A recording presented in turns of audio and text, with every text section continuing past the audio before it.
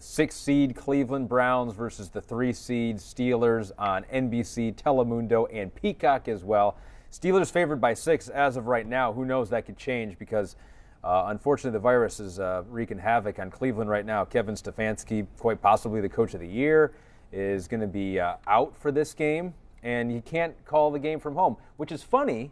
I was covering the Premier League. They can. There was a manager who had to be home because his wife tested positive for COVID-19. He could manage from Zoom. I brought this up on the show today on with Florio because I just said, like, man, if I was Cleveland, and this is illegal in the NFL, but, like, they can't get one of those devices like that? Or, like, I just watched Kirk Herbstreit call the college semifinals from his living room. Right. And it sounded like he was right there next to, Chris Fowler. Why do you think they made it illegal? They feel like you have an advantage from home. You can bring more information. I don't understand. I don't know either. Are they worried? I honestly think it probably stems from they don't want information that might have been told to the broadcast partners. Yeah. That now, somebody in your organization is listening to that, and hey, they told us one of the keys. They're worried about their right corner against the receiver. Oh, they are? Okay. Let me. I don't know. I'm just throwing it out there. I'm spitballing. I don't know. Yeah. But why? Why couldn't he just be at home on one of those devices? And he doesn't have to call the plays, but, like, at least be a part of the coach communication and be like, hey, guys, we're going to punt it here on 4th and 1. Yeah. I don't get that either. As work has become more remote, maybe the NFL will needs to adjust. Right now, they're going to have to adjust. In their first playoff game since 2002, they haven't won a playoff game since 1994. This one's interesting because you almost don't know what to expect now from Cleveland, right? It's just like, what exactly? I mean, you know what they are, right? They're a team that likes to run the ball. Mm-hmm. You think hopefully they're going to be able to do that, although the Steelers are pretty good defensively at stopping that. Yeah. Baker Mayfield, you don't want him to have to win the game, but he can make some big plays. So it's like the Browns are such a wild card.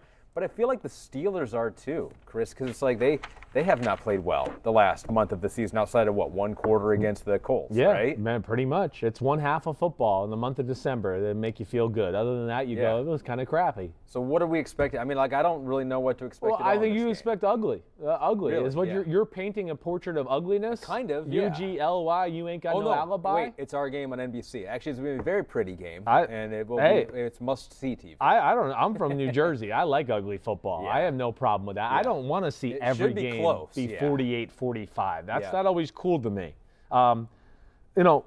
First off, let's go to what you said on the Browns offense. I think, first off, you're right. They're not going to win the game if they're asking Baker Mayfield to win it and drop back 40 times to win the football game. And I'm not trying to say anything negative about Baker Mayfield. What I'm saying is the Browns aren't built to play that way, and the Steelers, they want that. They're built for that. Oh, we can let our pass rush and all our crazy coverages and create chaos, and you don't know what coverage and what blitz and where this guy's coming from.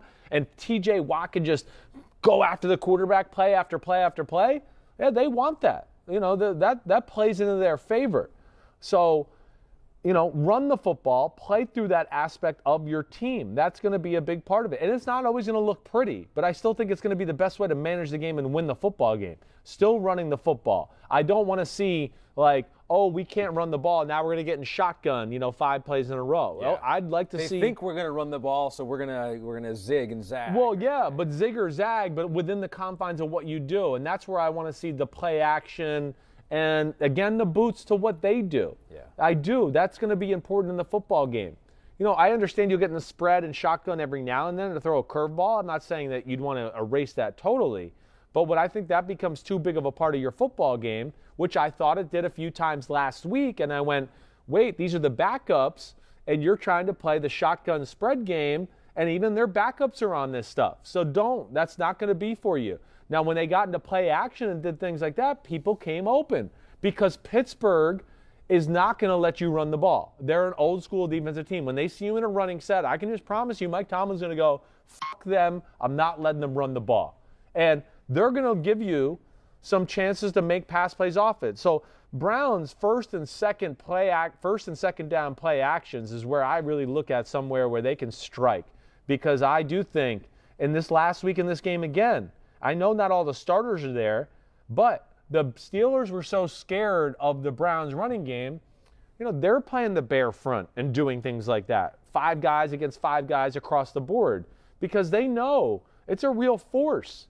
So I think for the overall betterment of the game, you want to keep it in that. And I know it's not always going to look pretty. It's not.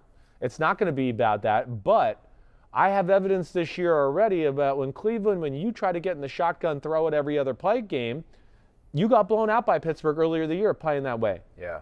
Interception, pick 6, another interception, a strip sack. Everything happened. And that's Pittsburgh football. So when you play them, you got to take that into account and go, wait, I'm not going to let their defense win the game. And it's going to look ugly today, but we're just going to try to win the game. They are a big play defense, right? Pittsburgh had the best interception and sack rate of all the playoff teams. TJ Watt led with 15 sacks. They can make the big play. Exactly. Interception or so. That's why you want to. That's what they're trying to do. You're right. You got to play that in your mind with Pittsburgh. It's very rare to think like that as a quarterback in an offense, but you almost got to think a little bit of a passive approach against Pittsburgh. Yeah. One of the goals of playing them is not to let their defense actually score points and win games. Okay, because the Pittsburgh offense has actually had some issue with that. And that goes into it too. 20 first downs per game for Pittsburgh, the fewest of any playoff team. So they're not able to move. You call them a sticks team. They throw to the sticks a lot. They don't move the sticks as much as any other team out there. So what do you think? I mean, Big Ben, full season for him. You didn't put him in the top 10 quarterbacks mid-season there, and rightfully so.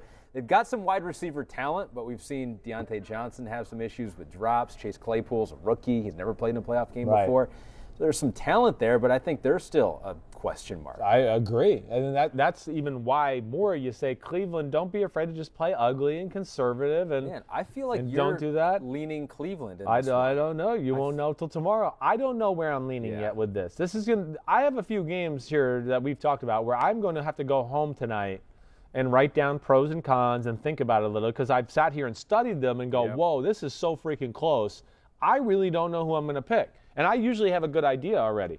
But I'm interested to see what Pittsburgh will be. Will they be any different? Will it be just a little bit of a different approach? Yeah. One thing I would say to watch out for this week is the Josh Dobbs Wildcat run game that they brought out last week. You're going to see that this week. I can book it. Book it. You hear me? Book it. All right? Book it. Like that? But, yeah, I think you will. Because it just gives another element to their offense. Interesting. Something you're scared of. Dobbs is a pretty good runner. They might be able to create some trick, explosive play off of it. Why did they show it last week then? They shouldn't have shown it. Still, they got to prepare, and then they don't know what else they could do off of it. Last week, there was no Big Ben or no other quarterback on the field. Maybe they keep Big Ben on the field this week. Who knows? It's a quarterback throwback, whatever. There's lots of ways they can do it.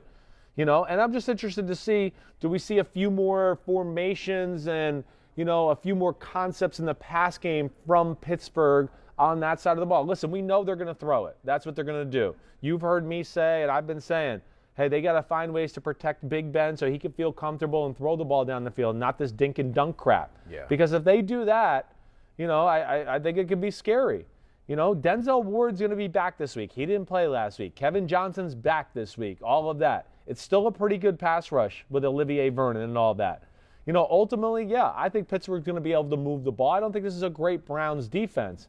But because it's so predictable and because they have a game-changing type pass rush, I give them a fighting chance there to slow down this Pittsburgh offense and do things like that. Definitely. If they have a team. If they have a full 11 team. they can put on offense and defense. That one, the big NBC game, Chris says, it's going to be a beautiful game, pretty must-watch. Well, it's going to be an AFC North what we expected, old school. It's going to be close. I'm expecting that. To see. Yes, definitely. All right, and after that game, we want to remind you that we got the Michael Smith Show. Awesome. Playoff special edition of Brother from Another, immediately following the game over on Peacock. I highly recommend that to anybody out there. Listen, I go on that show every Thursday afternoon at 4 p.m. I have a blast. They have great conversations, and they're very smart, and they have a very funny relationship. Yeah. I mean, they really do. They're friends their whole life. They're friends, brothers. Yeah. They like to make fun of each other and do all that, and I'm sure they'll have some interesting angles after that football game. So check that out. That is coming up after the game on Sunday there at 8:15. Hi, I'm Mike Tirico, and thanks for watching. Make sure to hit subscribe for the latest news and highlights from NBC Sports.